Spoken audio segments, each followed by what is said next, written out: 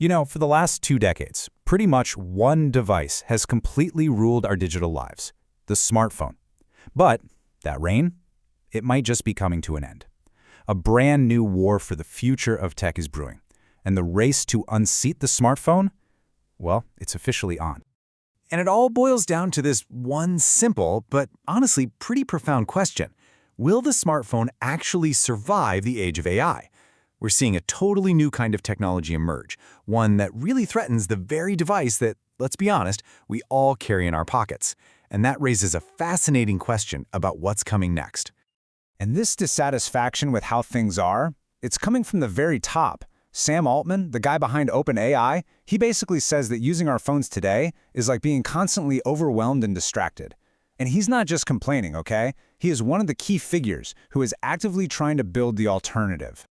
So what is this alternative? Well, get this.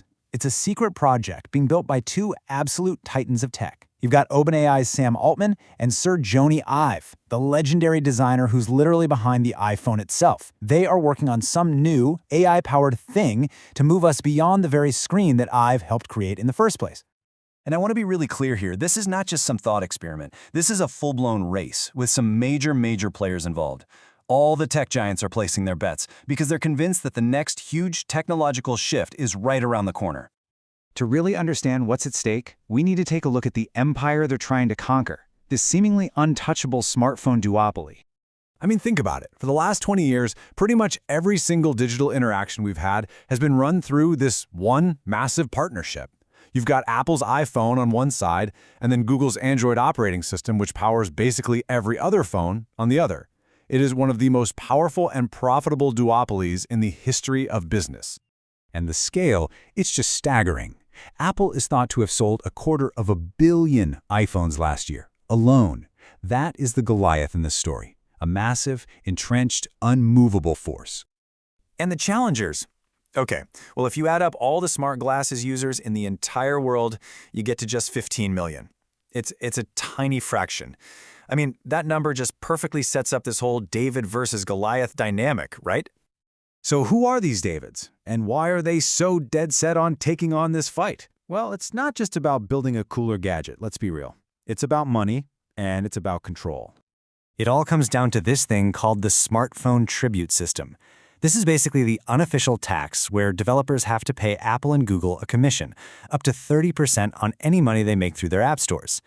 Escaping this isn't just about saving a few bucks, it's about breaking free from a system that gets to decide who wins and who loses online. And the motivations here are crystal clear. You've got OpenAI. They want to keep that 30% cut from their ChatGPT subscriptions. Meta, they're desperate to get out from under Apple's thumb, especially after those privacy changes just hammered their ability to collect data. And Amazon, oh, they want more data for their ad business and an even more direct line to sell you stuff. So you see, this isn't just about a technological revolution. It's a strategic and a financial rebellion against the control and the cost of the system we have right now. But declaring war is one thing. Actually winning it is something else entirely. Both sides are facing immense pressure, and this battlefield is absolutely littered with obstacles. So the champions, Apple and Google, they're dealing with slowing phone sales and this brutal supply crunch for the AI chips they desperately need.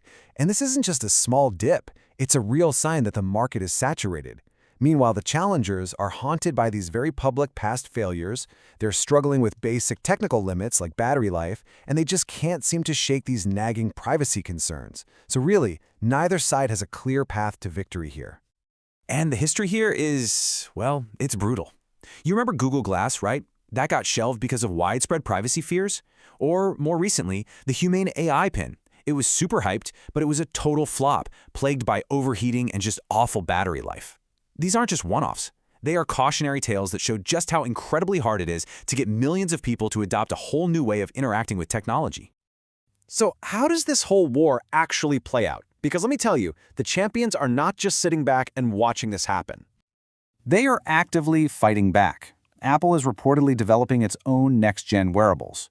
Google has launched a new software platform called Android XR to power these new devices, and in a really fascinating move, they're actually deepening their partnership, with Google's powerful Gemini AI set to upgrade Apple's own Siri. And this brings up a more nuanced possibility. Maybe the goal isn't total replacement. As Meta's Mark Zuckerberg suggests, maybe new devices won't make us throw our phones away, but they'll just make us, stare at them a little less. A world of coexistence, not conquest. But here's where it gets really interesting. Maybe the biggest consequence here isn't a new device winning, but a massive power shift within the existing duopoly itself. Just think about it. By embedding its Gemini AI into everything, its own Android system and Apple's ecosystem, Google is positioning itself to become the one indispensable intelligence layer. As AI becomes the central brain, the hardware it runs on could become kind of secondary. The real power shifts to whoever owns the intelligence. Which leads us to our final question. Is the real device war not about replacing the phone at all, but about which of these giants, old or new, will be crowned the undisputed king of artificial intelligence? That, my friends, may be the battle that truly matters.